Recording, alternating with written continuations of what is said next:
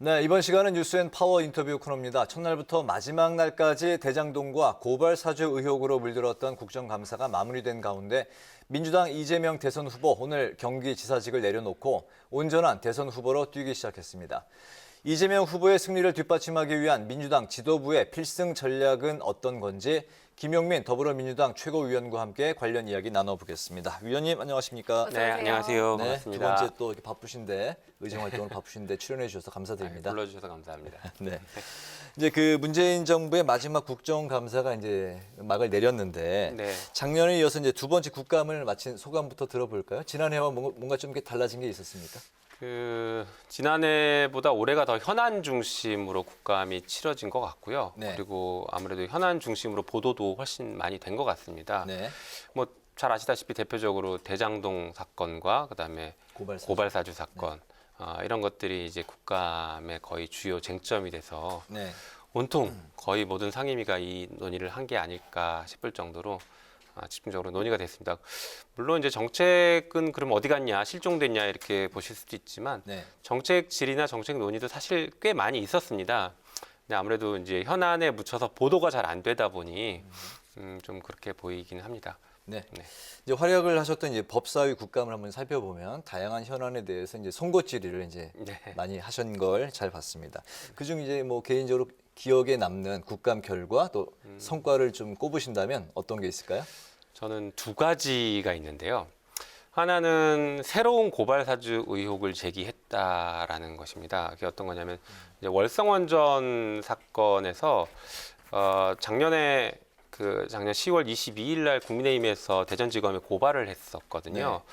근데 그 사건 역시 지금 우리가 논의되고 있는 그 또 다른 고발 사주 한 유형이 아닐까라는 의혹을 제기를 했고 실제로 법무부에서 이에 대한 조사를 하고 있는데 상당히 의미 있는 것들이 좀 사실관계들이 확인되고 있다라는 취지의 법무부 장관의 답변도 들었습니다. 그래서 그 고발 사주가 우리가 이제 하나만 있었던 게 아니라 검찰과 국민의힘이 지속적으로 연결해서 네. 그런 행동들을 해왔던 게 아닐까라는 큰 흐름을 좀 볼 수 있을 것 같습니다. 그리고 또 하나는 사실은 뭐 제가 이제 직접 질의를 했다라는 느낌보다는 제가 과거에 변호를 했던 사건인데 그 사건이 아주 중요한 판결이 나왔습니다. 보복 기소, 검찰의 보복 기소에 공소권 남용이 인정됐다라는 것인데요. 좀 말이 좀 복잡하지만 그 서울시 공무원 간첩 조작 사건의 유우성 씨 사건입니다. 네. 유우성 씨가 간첩 무죄가 되고 증거 조작이 확인되니까 검찰이 예전에 불기소했던 사건을 갑자기 끄집어내 와서 기소를 했거든요. 그런데 법원이 이 기소는 보복 기소이다. 그러니까 검찰이 위법한 기소를 한 것이다라고 판결을 했습니다. 네. 한 6년, 7년 만에 판결을 했는데 사실 우리나라에서 단 한 번도 인정된 적이 없던 공소권 남용이라는 게 최초로 인정된 아주 중요한 형사법에서는 아주 중요한 판결이 나온 것이거든요. 네. 그래서 거기에 대해서 이제 많은 논의가 있었고 검찰의 잘못을 많이 추궁했죠. 검사들 이 보복 기소가 이제 법원에 의해서 인정됐는데 여기에 대한 사과를 해야 되는 거 아니냐 피해자에게 네. 뭐 이런 추궁도 많이 있었고요. 네, 검찰은 사과를 하지 않더라고요. 네. 네. 앞서 말씀하신 것처럼 이번 국감은 한마디로 대장동 네. 대전이라고 할 수 있을 것 같은데 마치 네. 청문회를 방불케 하는 그런 현장이었습니다. 네, 네. 여당 측에서는 이 완승이라고 자평을 했는데 의혹을 말끔히 해명을 했다 이렇게 보는 건가요? 저희는 그렇게 평가하고 있습니다. 사실 이제 국감에 이제 이재명 도지사가 이제 증인으로 출석했는데 그 전까지는 굉장히 많은 의혹들이 부풀려져 있었어요. 대표적으로는 그분이 누구냐에서 그분이 혹시 그분이냐 이런 얘기들이 많이 나왔었는데요. 이번 국감을 통해서 그분이 아니다. 그분은 정치인이 아니다라는 검사의 답변도 있었지만 그분이 아닌 것이 거의 해소가 됐다라고 생각됩니다. 특히나 그것은 이제 단순히 저만의 생각이 아니라 국민의힘에서 이 사건을 바라보고 질문을 해왔던 그 프레임의 전환이 계속되는 것들을 보면서 네.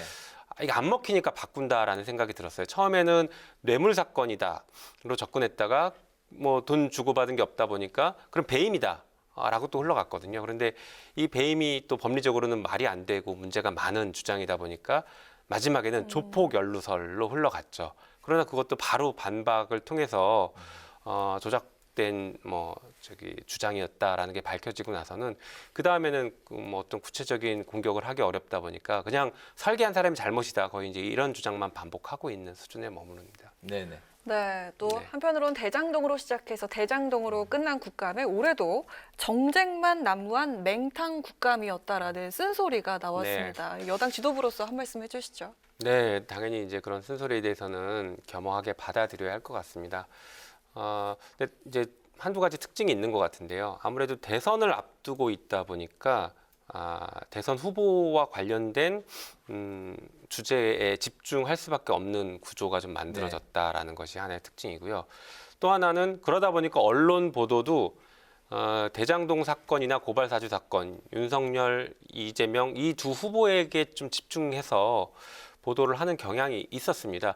그러다 보니까 아까도 말씀드린 것처럼 정책 질의도 좀 상당히 있었는데 그런 것들은 거의 잘 보도가 안 되고 네. 네. 관심에서 좀 멀어진 듯한 게 있습니다. 그래서 아마 내년에는 대선이 끝나고 난 이후에 국감이 치러질 것이라 올해보다는 훨씬 더 정책과 관련된 그리고 민생을 더 챙기는 모습의 국회를 만들어야 된다 생각하고 있습니다. 네, 그런 모습 기대하겠습니다. 네. 국감이 이제 끝이 났지만 이제 말씀하셨던 대장동 의혹은 여전히 이제 현재 진행형이고 네. 여야 간의 이제 기싸움이 계속 이제 벌어지고 있는데 이제 야당은 이제 기승전 특검을 주장하고 있고 네. 여당은 이제 시간 끌기용 공세다라는 이제 이유로 이제 반대 입장인데 한편은 이제 그 여당이 특검을 거부하는 것에 대해서 좀 의구심을 갖고 있는 그런 네. 이제 분위기도 있습니다.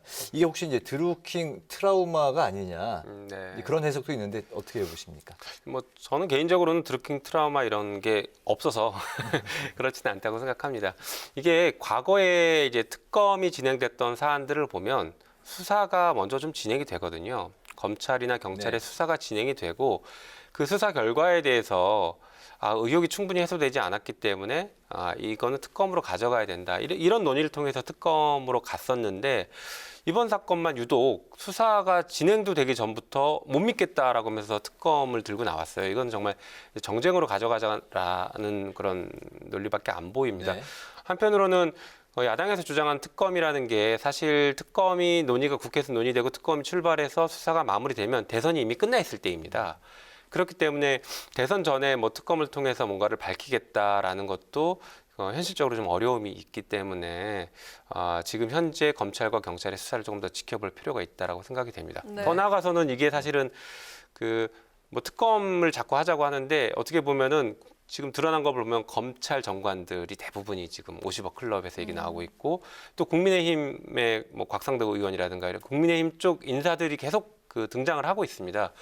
그런 차원에서 보면 오히려 저는 국민의힘이 말씀드린 것처럼 이게 대선 이후로 끌고 가기 위해서 정치적인 어떤 논쟁만 키우고 특검을 받아들이면 대장동이라는 것이 선거 대선 국면에 굉장히 중요한 이슈처럼 부각되고 거기서 조금씩 흘러나오는 게 마치 뭐가 있는 것처럼만 흘릴 가능성이 높아서 네. 정말로 네. 정치적인 논란만 하고 소비될 가능성이 높다 이렇게 생각을 하고 있습니다. 그렇다면은 정부 합수분에 대한 의견은 어떻습니까?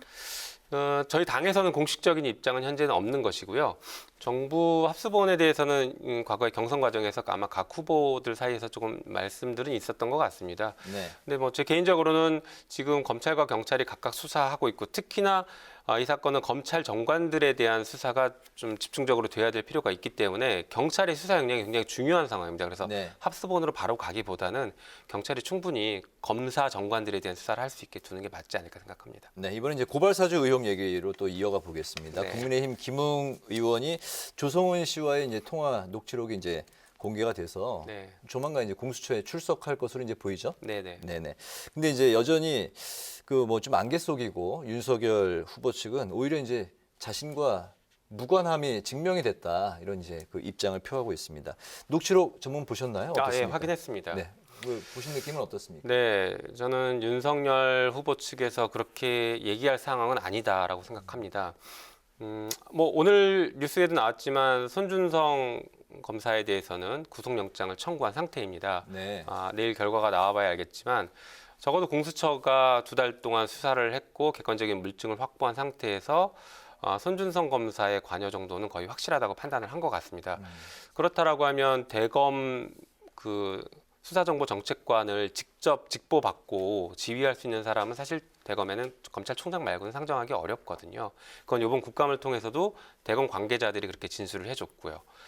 그렇기 때문에 윤석열 후보의 관련성을 배제할 수는 없다라고 보여집니다. 한편으로는 그 녹취록에는 윤석열 후보가 지시했을 것으로 암시되는 대목들이 상당히 많이 등장합니다. 그래서 김웅 당시 후보는 그 당선이 거의 확실시되는 굉장히 유력한 후보였거든요. 네. 그런 사람에게 전화해서 지시를 할 수 있는 사람이라고 하면 그 김웅 후보와 관련성이 매우 높고 적어도 상급자밖에 상정할 수 없는데 당시에 그 대검 차장과 그다음에 공공수사부장을 보면 그 둘 당사자는 나와서 국감에서 진술했는데 지시한 적 없다, 알 수 없다, 모른다라고 네. 했거든요. 그렇다면 한 명밖에 남지 않습니다. 그래서 그렇게 흘러갈 수밖에 없지 않을까 생각됩니다. 네네. 네, 또 이런 가운데 제2의 고발 사주 의혹이 등장했는데 바로 김 최고위원께서 검찰이 월성 원전 관련해서 고발을 사주했다 이런 의혹을 국감에서 꺼내셨는데요. 네. 이거 이 또한 윤 후보와 깊숙하게 연관이 돼 있다고 보시는 겁니까? 네, 저는 충분히 가능성이 높다고 생각합니다. 아까 잠깐 말씀드린 것처럼 이 사건도 고발 사주 의혹이 상당히 짙은 정황들이 몇 가지가 있습니다. 대표적으로는 고발장을 제출한 10월 22일, 작년 10월 22일 날 그 당시에는 국민의힘에서 도저히 알 수 없는 실무자들의 이름을 실명을 확인했거든요. 당시 감사원이 감사 결과를 발표했고 거기에는 다 비실명 처리된 내용들만 나오는데 그 실무자들의 성명까지 실명까지 확인하기에는 도저히 불가능한 상황이었다라고 판단해서 고발사주 의혹, 검찰로부터 자료를 받지 않으면 알 수 없다라는 것이 하나 있고요. 또 하나는 감사원이 또 이상한 행동들을 했다라는 제보가 있어서 네. 그 부분 역시 이제 김영배 의원이 법사위에서 충분히 의혹을 제기했습니다. 또 수상한 점은 당시 중앙지검에서 월성원전 관련해서 고발인 조사를 이미 마친 상태였거든요. 그런데 그 사건을 대전지검에 고발을 국민의힘에서 굳이 거기다 하고 대전지검의 윤석열 당시 총장이 며칠 뒤에 방문해서 전격적으로 배당하고 수사가 진행이 됩니다. 아시다시피 김웅 의원의 녹취록, 조성은 씨의 녹취록에 보면 그런 내용이 등장합니다. 중앙지검 위험하다. 이런 얘기를 하거든요. 네. 이 사건이 중앙지검에서 수사하다 보니까 그 사건을 대전지검으로 거기서 남부지검에 접수하래라고 했던 거랑 동일하게 대전지검에 가져가서 수사를 하게 하고 실제 정광석화처럼 강제 수사에 돌입했거든요. 그리고 기소까지 갔죠. 그런 것들을 보면 고발 사주 패턴과 거의 유사하고 동일하게 흘러간다라고 보여집니다. 알겠습니다. 이제 대선 이야기를 좀 이렇게 나눠보겠습니다. 이재명 후보가 이제 막판에 이제 최종 후보 선출되기 직전 3차 슈퍼 6회에서 네.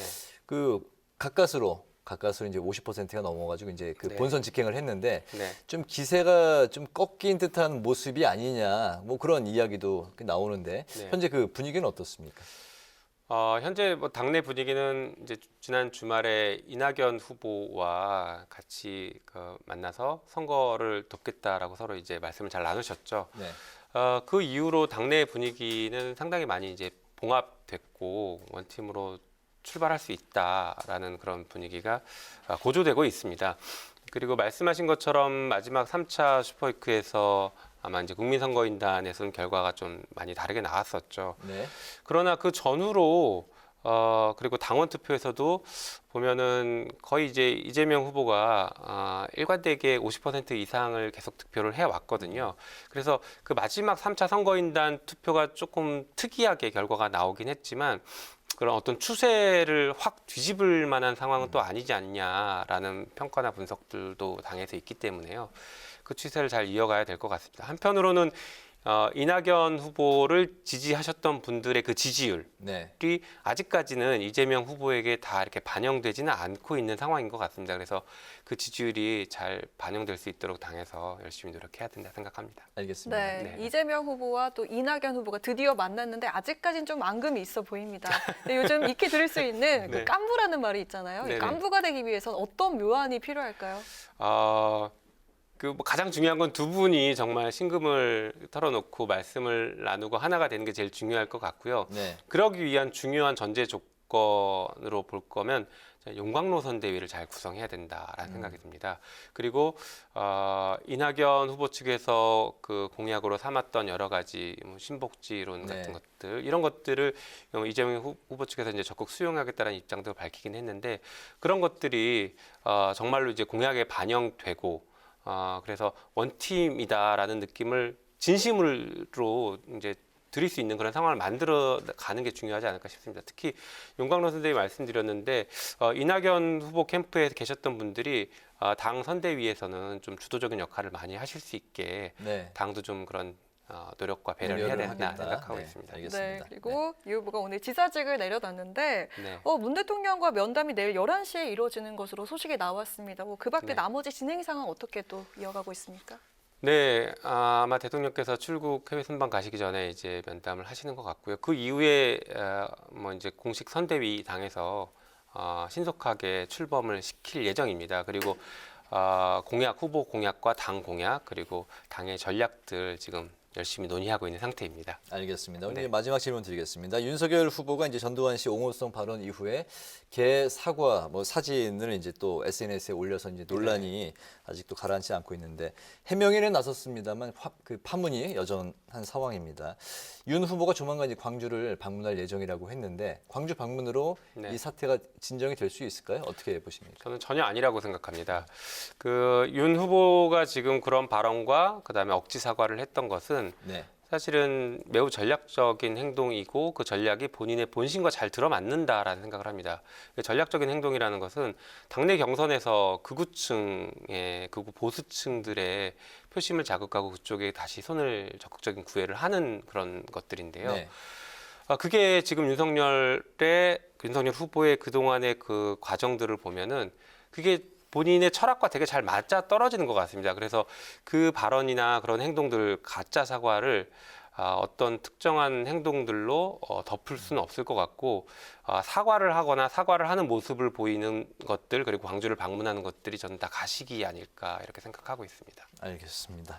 오늘 그 뉴스앤 파워 인터뷰 이제 마무리를 해야 될 시간이 됐습니다. 오늘은 올해 국정감사 평가 그리고 대선 승리를 위한 민주당의 필승 전략을 중심으로 지금까지 더불어민주당의 김용민 최고위원과 함께했습니다.